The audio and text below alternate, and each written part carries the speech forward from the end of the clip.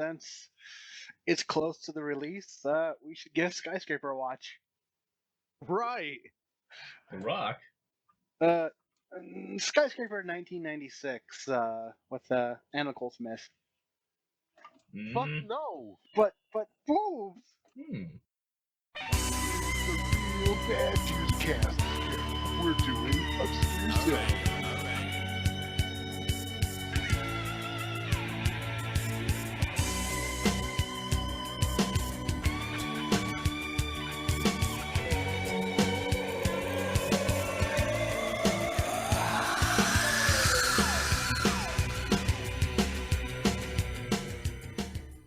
Movies that are obscure and then we hope are awesome.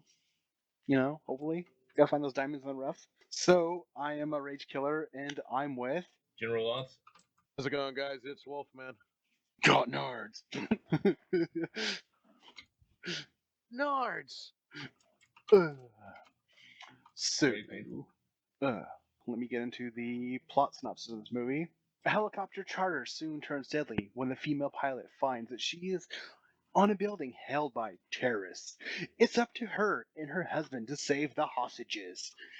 This movie reminds me of another movie. I just can't think of the name of it. The It was bus like- that couldn't slow down. Yeah, it is kind of like Speed, yeah. And Sudden Death with Van Damme, terrorists in the hockey rink. Yeah, it also makes me think. It also makes me think of another movie. There was like that one guy in it who was in those movies, and like there's a tower, and also Towering terrorists. Inferno? I just can't think of the name of it. Anyways, so Skyscraper.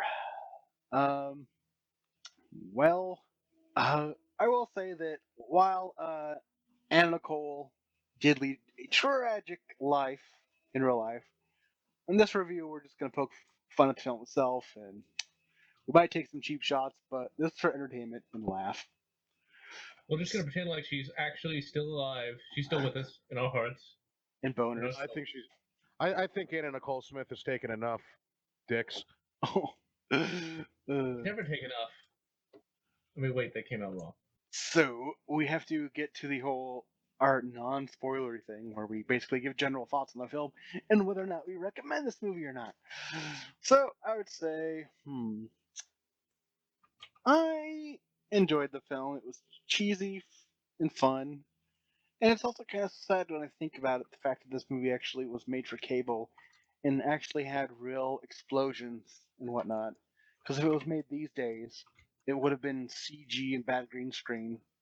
So, and Anna Nicole Smith is not a very good actress. So the director and editor of this film,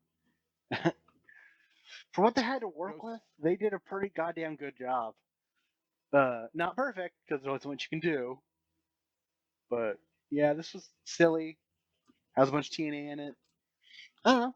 I would say before we get into spoilers, yeah, I'd say if you want something cheesy and fun, go for it. But I don't know. What do you guys say? I kind of share the same feeling about it. I mean, it was one of those interesting celebrity hotspot stories, which tragically ended due to drugs and such. This is one of those things that realized on her sudden financial fortune and tried to make movies out of, and also take advantage of her. You know, just through simple exploitation and movie ripoff, so and so type of stuff. Smith's acting goes, she is a terrible actress. She can't even fake an orgasm, which, if you stick around for the first 3 minutes of the movie, you'll notice. Yeah, I'd say pretty much tits. That's the best way that I could sum it up. Tits and explosions. Titsplosions. All right, so Skyscraper. See, I guess I could just appreciate bad movies more than some people because I actually thought it was fairly competently done. Okay, the thing is, like, not all bad movies are created equal. So when I think of like celebrity vehicles, the first thing that comes to my mind is After Earth, the M. Night Shyamalan movie with Jaden Smith. And Will Yeah. Smith, yeah. Okay, you got Anna Nicole Smith, another Smith. Okay, she can't really act, but I will say she has better acting range than Jaden Smith. Ouch! Ouch! I second that. Ouch!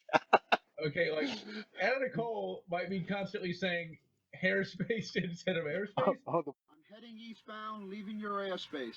I'm heading eastbound, Leaving your hairspace. leading your hairspace. I'm headed eastbound, leaving your airspace. You know what? At least she has some emotion. Yeah, she can't fake an orgasm, but at least she sounds like she's alive. Whereas Jaden Smith sounds like somebody skinned out somebody and put it on a robot frame. You know, when it comes to Skyscraper, yeah, it's Die Hard with boobs and tit explosions. But it's a lot of fun in that regard. It actually kind of it's a rare kind of movie, I suppose. Well, it's not necessarily rare. Wasn't rare at the time, but it's rare today. It's where anything can kind of happen in this movie. It's not as formulaic as a movie today would be, and it's completely insane half the time. When it comes to Anna Nicole Smith, she is used to her fullest extent. This is another one of those shows that like you'd see on late night cable, hopefully uncensored, because there's a lot. Like when you say TNA, I mean there's a lot of it. Okay, so you recommend it? well I gotta finish gushing about the movie first. Oh, we can go into spoilers, you know. Okay, well when I say there's a lot of it, okay, we don't actually see any vaginal, but it comes very close. Do I recommend it? Absolutely. Watch it uncensored. It's completely insane and very, very fun for it. So yeah, 10 out of 10 on the bad shinometer. You rated that 10 out of 10? Yep. Before we move on, I didn't get a chance to give the recommend. Now, when I say Die Hard with tits, I didn't mean that pretty disparagingly. Actually, yeah, she can't act worth a goddamn, and the dialogue is god awful. I want to say that her dialogue, especially in the helicopter scenes, are like Resident Evil 1 bad. Watching it, actually, yeah, I'd recommend watching it because, as Lots pointed out, I couldn't have said it better. You do not see movies like this anymore. You never will. You're never going to see a movie like this again. Yeah, there's real explosions. They're not computer generated. Well, I mean, fuck. Look at Anaconda 3 and think about how fucking horrible that was. Even David Hasselhoff couldn't fucking save that drowning turd. But it's Die Hard with tits. I'd recommend it because at the very least they tried. and it was hilarious. I guess that's the best way we can say it is they tried. Yeah. You compare it to After Earth, where they didn't really try. You know, where they tried to bank on Will Smith, he'll bring the people in. That's why we'll call him Cypher Rage. Well, this movie was a cash-in, Does this mean that? but it still had heart, which you don't really see. Like they actually attempted to make something entertaining while knowing they had to throw Anna Nicole's assets in there. Yeah, I mean, just all I gotta say is just compare it to After Earth. I mean, I'm sorry, I don't want to harp on that, but it's like when you compare the two, like you know, After Earth had way more money thrown at it. It had a big name director, M. Night Shyamalan, and it's utter shit compared to Skyscraper. It really is. Thing too is Anna Nicole Smith. She was a Hooters girl, wasn't she? I mean, that's all she was. She was just a plastic. She was a Playboy playmate, I believe, and then she met some old rich guy, and they were in love. Then she got all of his money. But the point is you know, since we're going to compare the two, she wasn't bred to be an actress. Obviously, people used her for very obvious reasons. I know we used that twice in the same sentence, but for this, I think it applies quite well. But the big difference between Anna Nicole Smith and Shyamalama Ding Dong's movie is Smith. She's not an actress, so she can kind of be forgiven for it. They did try to mask it though. Like she's not really like in the movie a lot. They do try to focus on the husband character. But fucking, what's that kid's name? Will Smith's kid. Jaden Smith. His father's hairline, and he inherited his mother's acting ability. Fucking god awful. I never liked that kid to begin with, and then after the Karate Kid remake, Kung I Fu. I actually hate Will Smith because of it.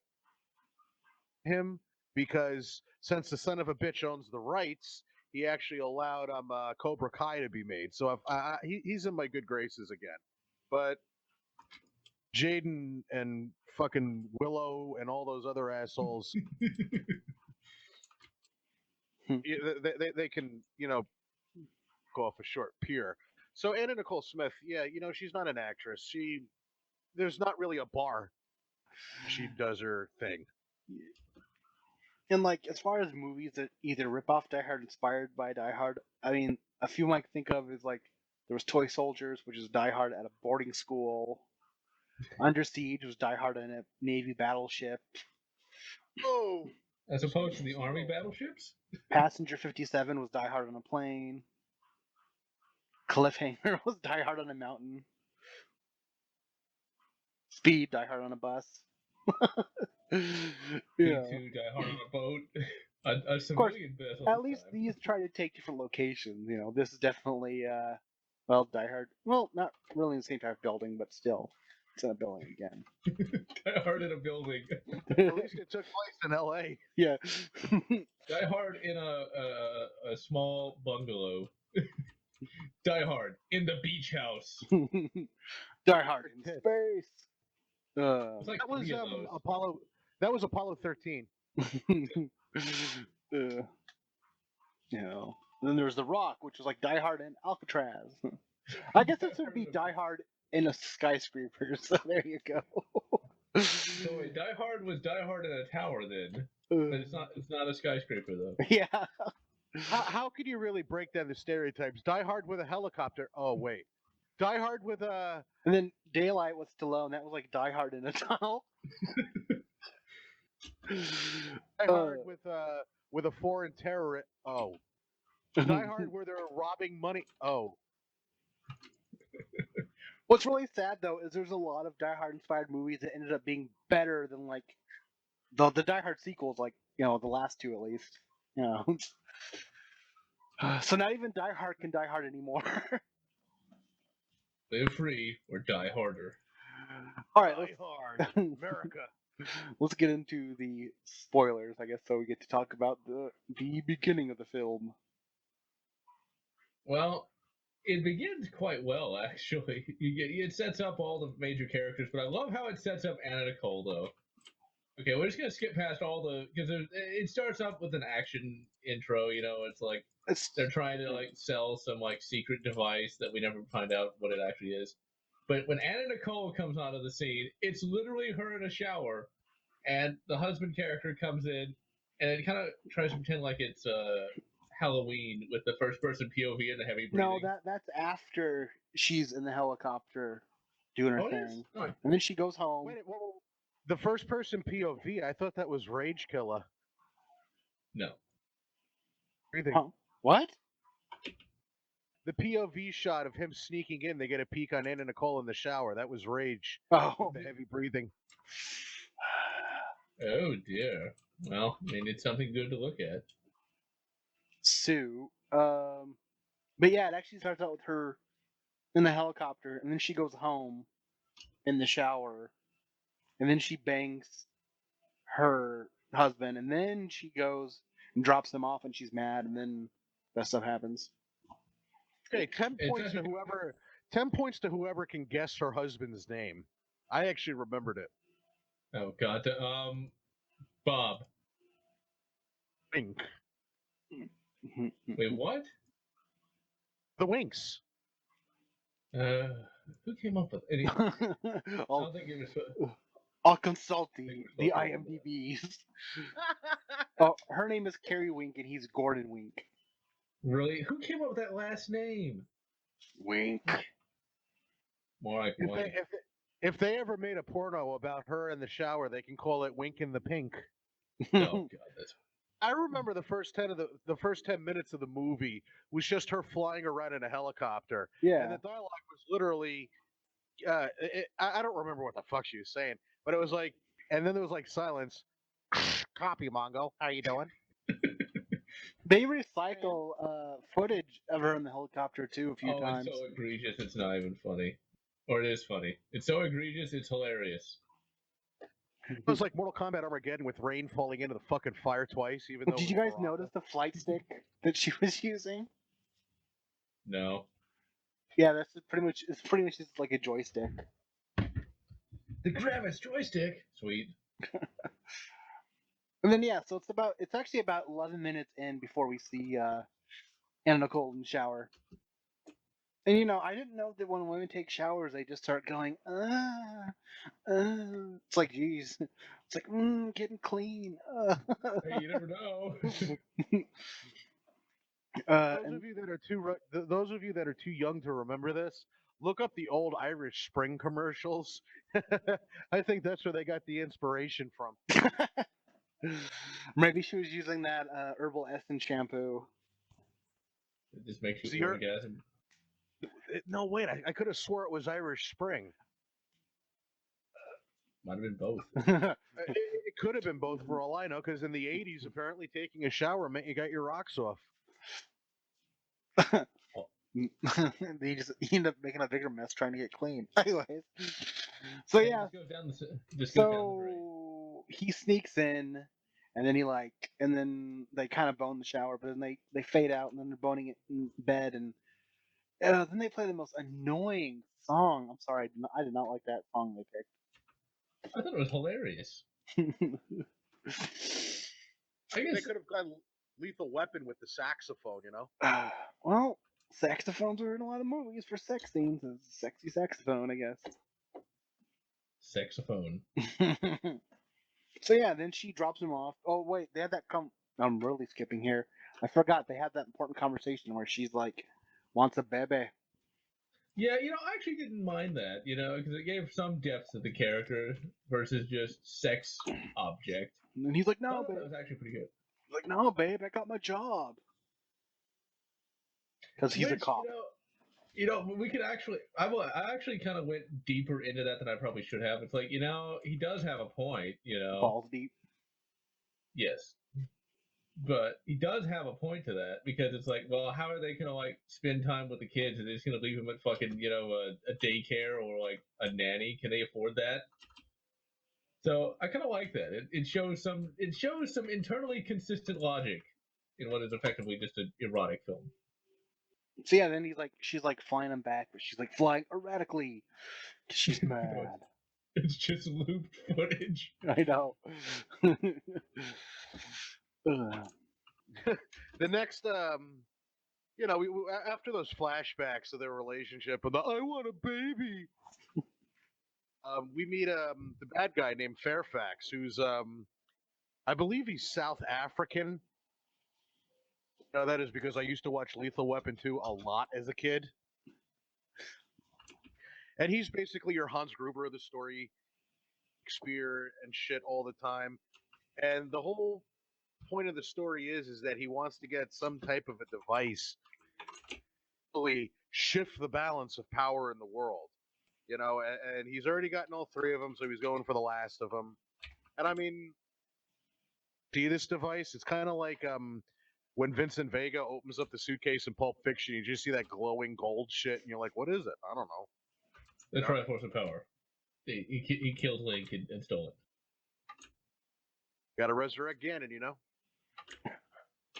And then we go to Carrie, and I mean, Carrie's whole thing is that, I mean, it would make more sense if fucking Gordon was a cop and she was a police helicopter pilot, but she's just like a taxi service for like VIPs and shit. And that's all she does.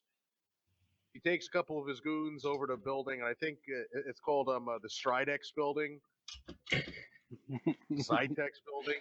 Probably Zytex, not Stridex. But the whole point is that it's a skyscraper, not so much like the Nakatomi building. And I mean, this is pretty much where the whole movie takes place. She goes in, gets another pair of VIPs, and then this time she picks up Fairfax and some French guy. It was either Pierre or Jacques or something like that. Mr. And Shrek. that's when that's when shit goes downhill from at that point. What's kind of funny when when she's shuttling the villains around.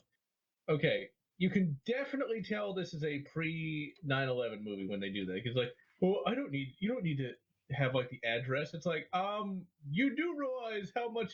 I think even for the time, you'd have to have the address. You'd have to have all sorts of information about the people you're flying around, even back then. But especially now, damn. Yeah.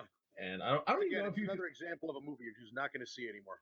Yeah, because I don't think you could even fly a helicopter like that through a city, especially these days.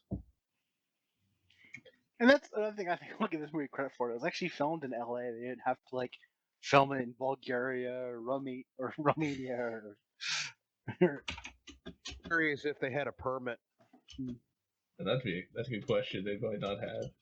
Ed Wood when they were shooting in the street, and it's like, hey, it's the cops. We don't have a permit. Just pretend. And then so then we get the scene of the terrorists that are like invading the building and stuff, and then And Fabio's amongst them. Yeah. Fabio goes wrong. Oh, Fabio, Jesus. oh yeah, let's not forget there's the Asian security guard, the Asian security guard that knows kung fu. He Then he doesn't gets, know it very well, though. yeah, he gets his ass handed to him, and then I don't know if I guess he died, but he got like he got punched in the back, and then he collapsed. You know, Your Al Pal right there. The punch was so hard it stopped his heart. he shamed the family and for being so shit at kung fu that he just died of shame. Oh He God! got punched. Like the image went in my head of the guy that played Shang Tsung. Your soul is mine. Oh God! And then the cops give that goat that story about that goat, and I was like, okay then. I get the feeling that might have been a camera runaway moment. It's like they just just keep rolling. You know, we'll put it in there somewhere. They're running out of crap, so they just put it in. And then in my notes, I put Jimmy, no. What's that fucking asshole's name? Fax. He meets the guy that has the fourth device, and he's gonna go kill him. There's a big shootout. Like the guy that had the fourth device, I can't remember his name, but basically he runs up to the roof. He's got the suitcase. He gives it to Big Tits McGee. Oh, And Jimmy was sorry. I want to touch on that. Sorry when I said Jimmy. No, it was because that was the guy that was in the car that got rocket launched, and he like got roasted, which was a pretty impressive scene. But apparently he disintegrated so fast that the car door was able to shut all the way when he fell back in the car. Yeah, it looked kind of Consistency. weird. It looked like he just got in the car for no good reason. We kind of are skipping around again, but oh well, we'll get better as time goes on. it's kind of like in the remake of The Omen when the guy got stuck in the car and the gasoline poured all over him, and it's like, go out the other end, asshole. That, or it's like in Independence Day when the fire went through the car tunnel and the door was wide fucking open, and you just see the fire go by and then the lights turn out. Hey, because was dramatic. Yeah, the old fart gives Big Tits McGee the suitcase. She runs around the roof, and then straight out of Die Hard, straight out of Compton, just straight out of Die Hard, she fucking jumps off the roof with a cable attached to her. She starts going down the building like inhumanly fast. I honestly thought that the movie was going to end right there because the rate that she stopped should have broken her fucking neck. Should have been Gwen Stacy'd. But that would have been a very short movie. The big dramatic scene where they're shooting off the rooftop at her for like 10 minutes until she figures out, how to get inside the building. Just, they've already killed everybody inside the building. She practically adopts this boy who's playing with his toys. What's kind of funny about that is this is one of those movies, once again, a pre 9/11 movie. Like the terrorists are. The sad part is, real terrorists do act that way because, like, they literally are just killing anyone that remotely gets in their way. But like, they just straight up shoot some random woman who you assume This is a spoiler. You assume she's dead, right? But she's alive at the end because happy ending. It was a shower scene. Wait, what? Happy ending. I said that was a shower scene. Oh yes. Although that'd be very difficult to maneuver in there. It's a very small shower. Big Tits McGee flies through the window. She adopts this little boy playing with his toys and shit. And Lotz, you brought up a good point about how they did that good job of making you think that she had died earlier, but no, it's just another typical LA blonde. Oh, when she got shot? Uh, Pretty sure she was and dead. funny thing happens, and once again, right out of fucking Die Hard. But they did different things this time because she's going around the building setting shit on fucking fire. You know, she's just setting shit on fire, and then the LA fire department comes down, and they finally capture her. You know, if you give us a suitcase, we'll let everybody go. You know, then she sees one of the guys get killed, kind of like Ellis in Die Hard. You can just do nothing but compare it to Die Hard. And then he says where the suitcase is, and tries to rape her or some shit like that. The movie kind of became a blur at this point. Yeah, wait. Did you not forget that important plot point of the picnic scene? Need a flashback when Anna Cole starts, kicking ass and taking names. What little ass that actually is kicked by her. She flashes back to a picnic between her and the husband character. What's kind of funny is it's yet okay. It's not that shameless, actually, in my opinion. It is another sex scene. It's a softcore sex scene. And you actually see some boob grabbage in that. Looks like he's Ultimately, though- giving her an examination, to be honest. But the funniest thing about that, though, is it's an excuse to do that, but it's a well thought out excuse. It's like they're flashing back to a memory that they liked, that they loved as part of their relationship. It's not just a thing. It's not just her randomly getting naked and running around the building. No, let's also not forget the dork cop who gets.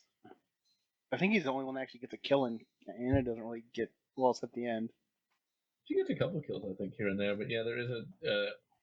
I remember she killed Natasha. Oh yeah, this is of course there's got to be a female hinge person that is in it. That's somewhat. Every character in that movie is underused because they knew what they were working with. I'll tell you this. You know who I think was the lead terrorist? I mean, that guy sounded so phony. Like I gotta say, Anna Nicole sounded a little better than that guy. I don't know who played the lead terrorist, but man, he was. Yeah. Like out of left field, we find out this is a high-tech building.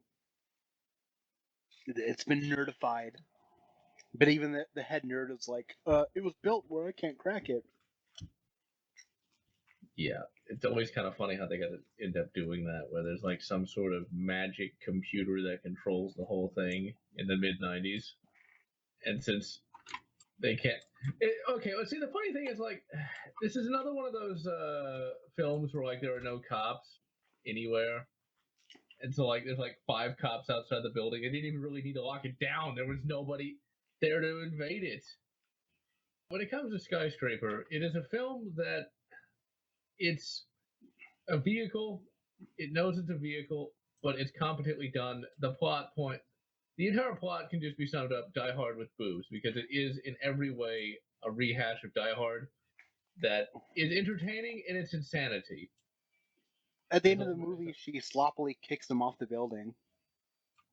Oh yeah, because of course he does that. And then, No Rolex watch to undo this time. all right.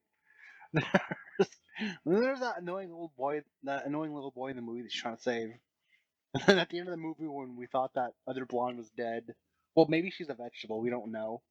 And she's all like, "Here's your mama," and then sends the kid off. I don't know. I laughed at that because I was like, "That's terrible." That little boy's mother probably is dead, or like I said, like, stuck in a coma or something. You know what's funny about that though? I just assumed that like I want a baby, right? It's like, oh, well, now the mother is dead. Now she has a kid. The end. But then ultimately they didn't go that route. Honestly, it sounds like that was such a bad dub job when she said that.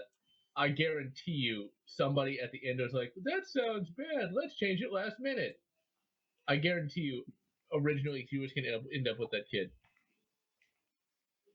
Actually made a hell of a lot more sense if she did adopt the kid. I wonder who complained though. I really do, because somebody complained last minute about that. Cut this shit out. It makes sense. Like it's Anna Nicole. It doesn't have to make sense.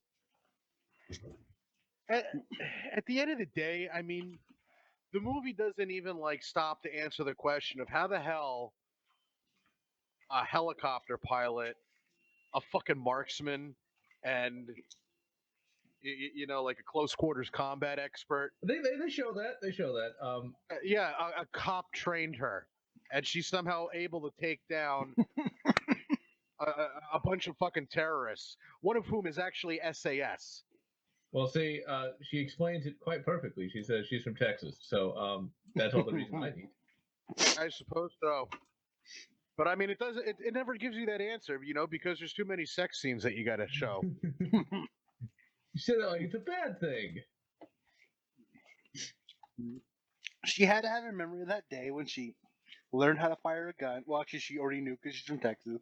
And then and then they had a picnic, and she got a breath examination as well. Oh, except the breast examination, that'd make a good memory for me. Whole line. Well, excuse me for believing in Sunday walks in the park and little babies. The stuff Fucking of legend. Shakespeare. Just literally Shakespearean acting. Have risen. I mean, Casablanca. Fuck that. Skyscraper all the way. Fuck that guy. Shakespeare could have learned a thing or two from the screenwriter of Skyscraper. Honestly, I think whoever wrote the Cypher Rage movie could have learned a few things as well. The other thing that this movie does show, come to think of it, that yeah, they don't make movies like this. They also don't make henchmen like they used to.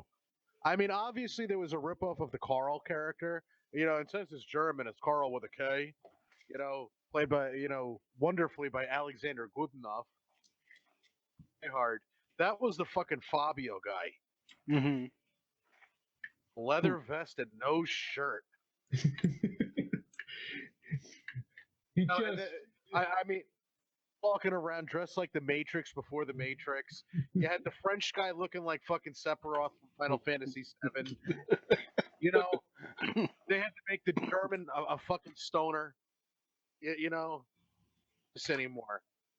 And ironic, I looked him up because I you know, it's just like the bad guy. You know, like he was so terrible. He was the worst in the movie. I looked him up because it was like, please, I hope to God he's not in anything else. That son of a bitch is in German Parliament. well, that explains a few things, doesn't it? He really did take over the world. But on vacation. I mean, I've seen plenty of bad action movies, and I don't know. I enjoyed this more than I expected to. Like, Because it's just it has a charm to it that it's really kind of hard to overlook, you know, because it is so charming. it was It has a ridiculous. charm to it because you just will never, ever, ever see a movie like this again. Right. And that's a good thing, and that's a fucking terrible thing. I mean, personally, I you know, like college kids watching this can watch Anna Nicole Smith in the shower. You know, they can. For a second, I thought you were gonna say that college kids in film class could watch this. Yeah, I'd like to. I'd like to think that. They could make a drinking game every time someone says "chow" or someone fires a fucking rocket launcher. Every time Anna Nicole has a confused look on her face. You die before the first 15 minutes. Dead before the shower. That's when she was most confused. So basically, hairspace. I think the reason why Fabio went bad is, well, he couldn't believe it wasn't butter, and then someone told him it was.